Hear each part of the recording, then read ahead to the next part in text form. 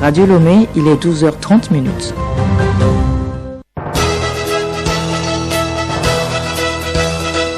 Le journal Bénédicte Kanda. Vous êtes sur Radio Lomé, vous faites bien. Merci de nous rejoindre pour le 12h30 de ce vendredi. Au sommaire, scrutin législatif et régional du 29 avril prochain. La haute autorité de l'audiovisuel et de la communication RAC rappelle les consignes de la campagne médiatique. Les détails dans un instant.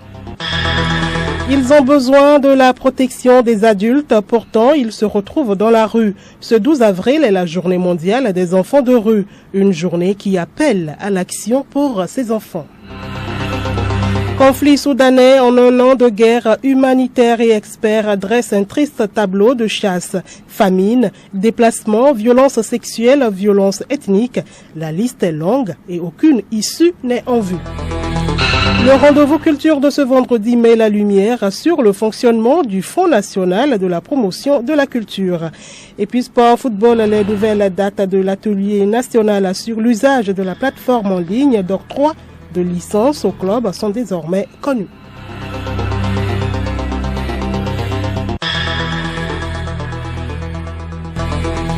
radiolomé.tg. Nous ouvrons ce journal d'abord avec ces quelques informations de la RAC relatives aux élections législatives et régionales du 29 avril prochain. Nabara Nafara Noudar.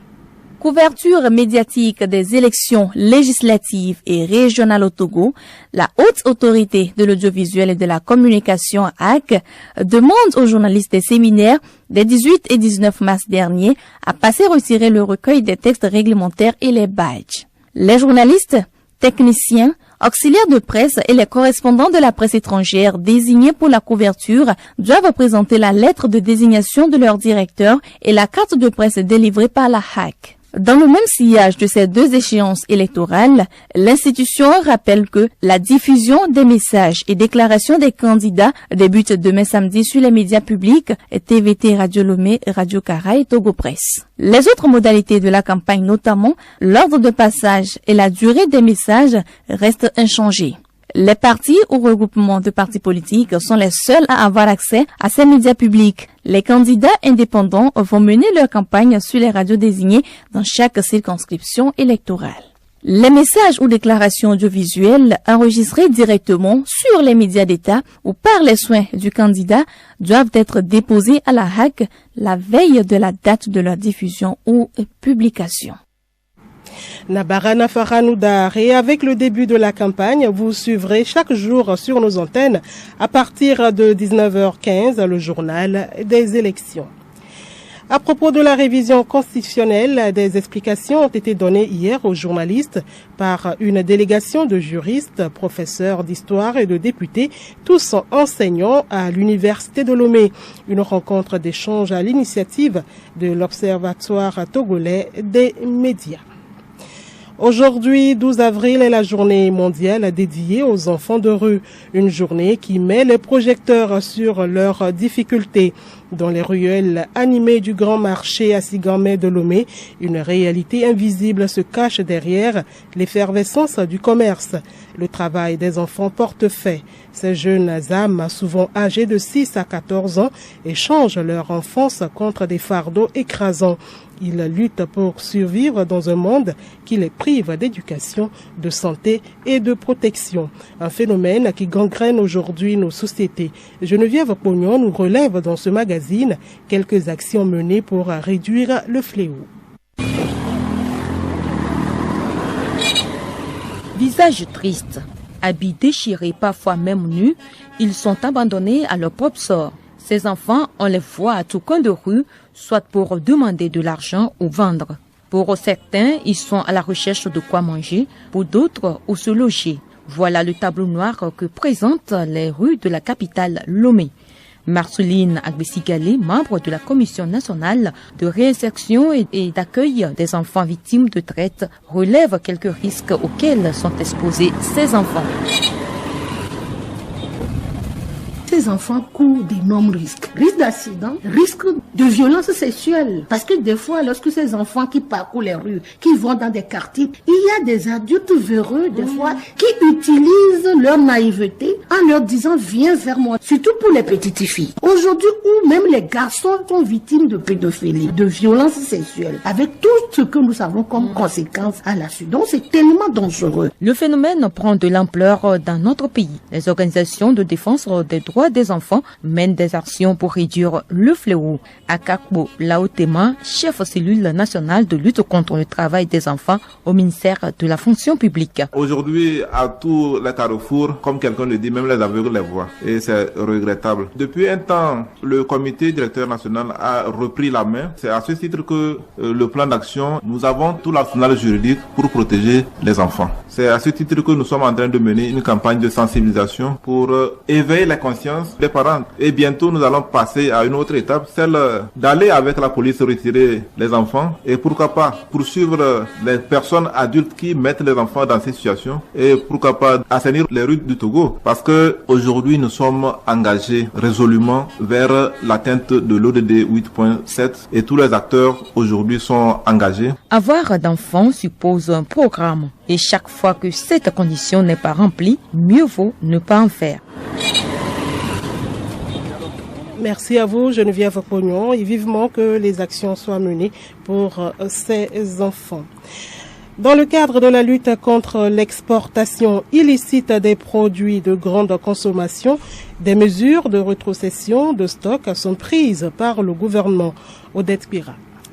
C'est exact. Dans le cadre de la lutte contre l'inflation des produits de première nécessité, le gouvernement a pris une décision en Conseil des ministres assorti d'un communiqué en date du 29 juin 2021 qui stipule que l'exportation des produits de grande consommation tels que le maïs, le sorgho, le mil, le haricot, le riz, l'igname, le manioc et les farines du manioc est soumise jusqu'à nouvel ordre à une autorisation préalable du ministre chargé du commerce. Cette décision précise que les services compétents, c'est des ministères chargés du commerce, de l'agriculture, des finances et de la sécurité sont instruits pour veiller au strict respect de cette mesure. En application de cette mesure du gouvernement, l'ANSAT, en collaboration avec les forces de l'ordre et de sécurité et les services des douanes, a saisi et stocké 2798 sacs de produits vivriers soumis à l'exportation illicite au niveau de plusieurs points de vente et de sortie du territoire national à la date du 11 avril 2024. À ce jour, le suivi des prix des produits de grande consommation à travers la Mercurale établi par l'ANSAT confirme sur l'ensemble du territoire la stabilité des prix des produits vivriers locaux qui oscillent entre 500 et 750 le bol de 2,5 kg de maïs par exemple. Au regard de cette situation de stabilité des prix des produits de première nécessité, il est déclenché par mesure exceptionnelle à compter du vendredi 12 avril 2024 une opération de rétrocession de stock saisie aux contrevenants sur l'ensemble du territoire national. Cette mesure vise à permettre aux contrevenants de reprendre possession de leur stock sous condition de leur mise en vente sur les marchés du territoire national aux fins de consolider la stabilité des prix des produits. À cet effet, il est demandé aux concernés par la présente mesure de prendre attache avec la direction générale ou les directions régionales de l'Agence nationale de la sécurité alimentaire du Togo ANSAT pour les dispositions pratiques. Pour toute restitution de stock saisi, les contrevenants doivent prendre des engagements écrits de respecter les conditions suivantes. Vendre tous les stocks restitués sur les marchés du territoire national, ne pas récidiver dans l'exportation illicite des produits de grande consommation, respecter scrupuleusement les mesures prises par le gouvernement au Conseil des ministres assorties du communiqué en date du 29 juin 2021. Il est rappelé à tous les acteurs du commerce et à l'opinion publique que cette décision du gouvernement en lien avec l'exportation illicite des produits de grande consommation reste toujours d'actualité. Les services compétents des différents ministères concernés poursuivent les contrôles au niveau des postes frontières sur l'ensemble du territoire national. En cas de nouvelles saisies de stocks destinés à l'exportation illicite en violation des mesures prises par le gouvernement, les produits seront cette fois-ci systématiquement soumis à une vente publique et les recettes seront versées au territoire public. Merci à vous, Odette Pira. On passe à présent à l'actualité internationale. Le journal Bénédicte Kanda. Au Sénégal, un collectif dénonce la sous-représentation des femmes dans le gouvernement du Premier ministre Ousmane Sonko. Elles sont juste 4 femmes ministres sur 30.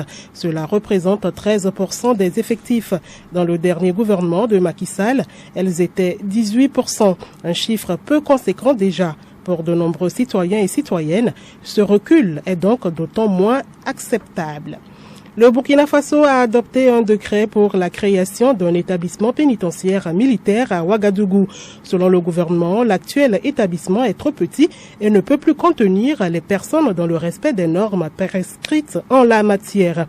Pour les défenseurs des droits de l'homme, cette décision laisse craindre la possibilité de créer des centres de détention secrets car des civils et des militaires sont mis aux arrêts sans que leurs familles connaissent leur lieu de détention. Aux Comores, par contre, ce sont 38 détenus qui se sont échappés de la prison de Moroni hier. Une évasion spectaculaire facilitée par des défaillances dans le dispositif de sécurité. Selon les déclarations du procureur de la République, un agent de sécurité ne se serait pas assuré que ses collègues s'étaient déjà installés à leur poste et s'est permis d'ouvrir les cellules communes de détenus. Les prisonniers en ont profité pour sortir par la porte principale de la prison. Une enquête est ouverte pour élucider les circonstances exactes de cette évasion. Des recherches sont également en cours pour appréhender les évadés et les faire regagner la prison.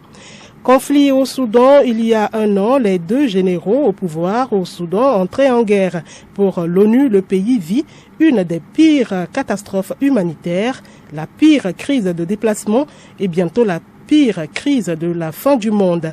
Depuis, les humanitaires et les experts dressent un triste tableau de chasse. Sibyl Lawson. Depuis les premiers combats, le 15 avril à Khartoum, entre l'armée du général Abdel Fattah al-Burhan et les forces de soutien rapide, FSR, du général Mohamed Hamdan Daglo, des milliers de personnes ont été tuées, entre 10 000 et 15 000 dans une seule ville du Darfour, selon l'ONU.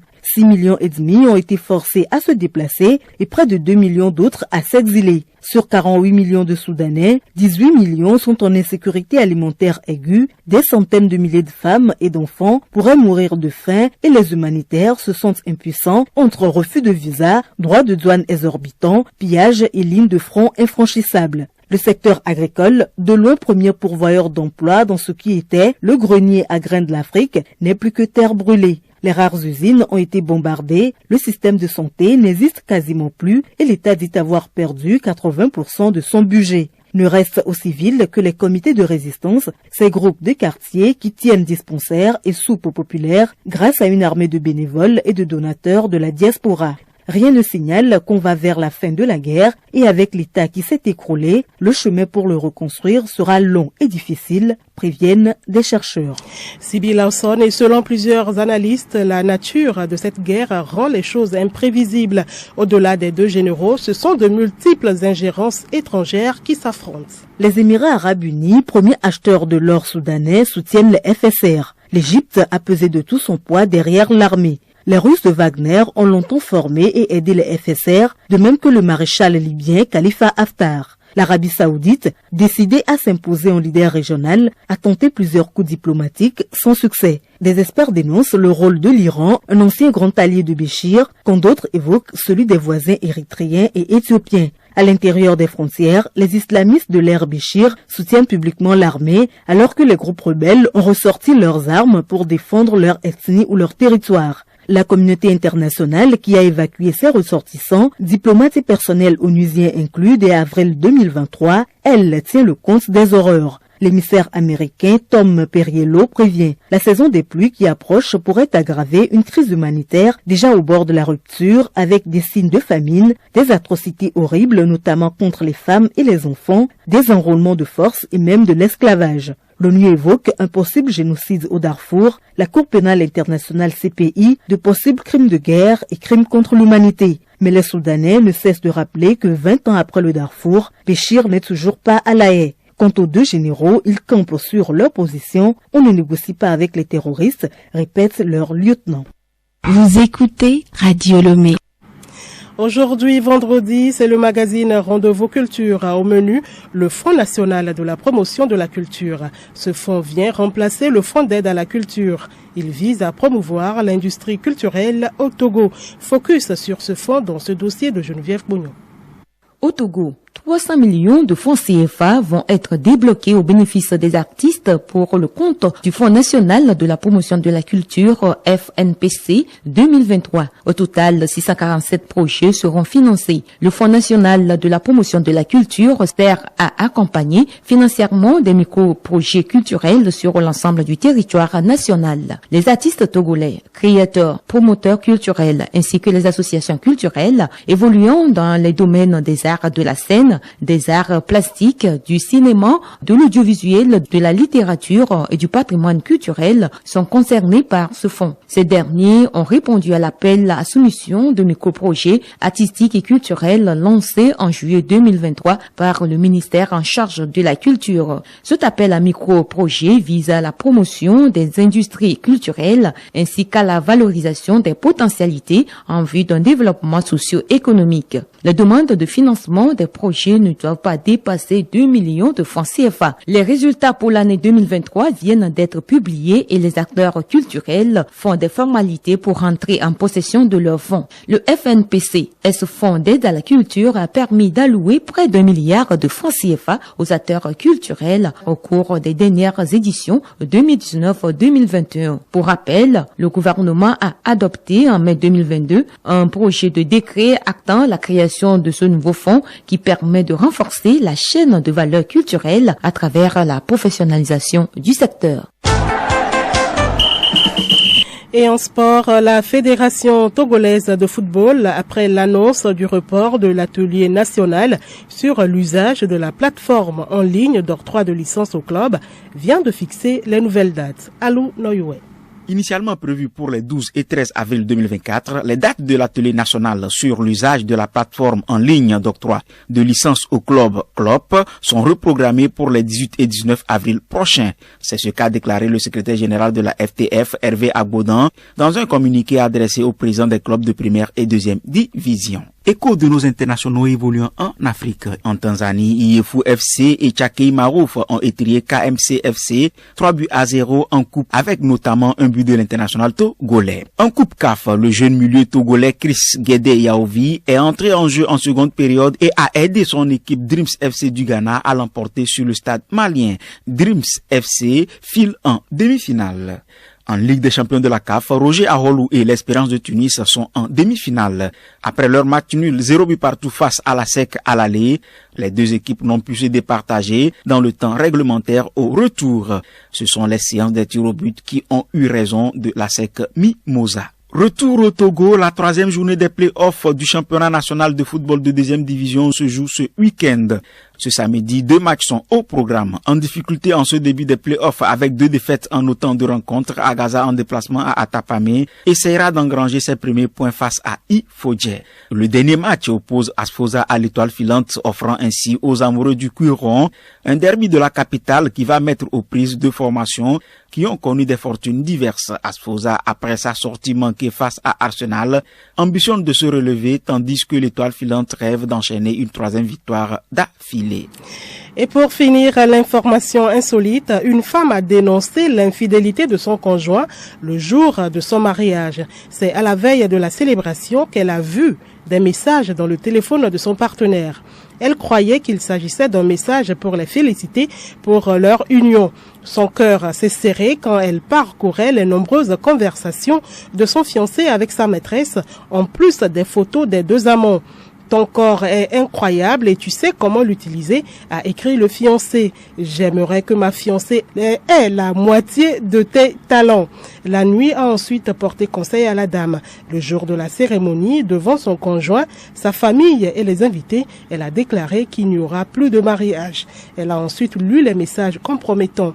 Tout honteux, le conjoint a quitté l'église. La femme a annoncé qu'il n'y aura pas de réception de mariage, mais à la place, il y aura une célébration de l'honnêteté. Les gens présents ont tout de même fait la fête de l'honnêteté.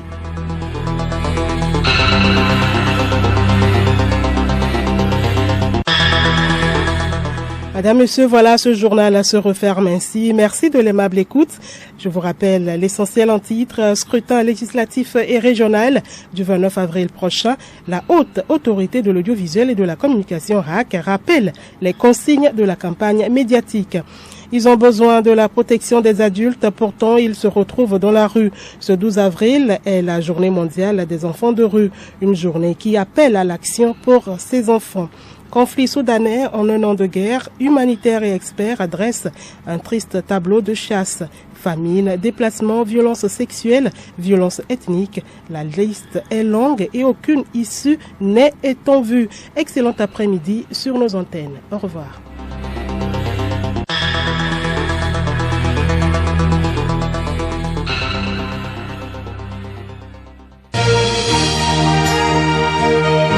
Radio Lomé, boîte postale 434, email radiolomé@radiolomé.tg. radiolomé.tg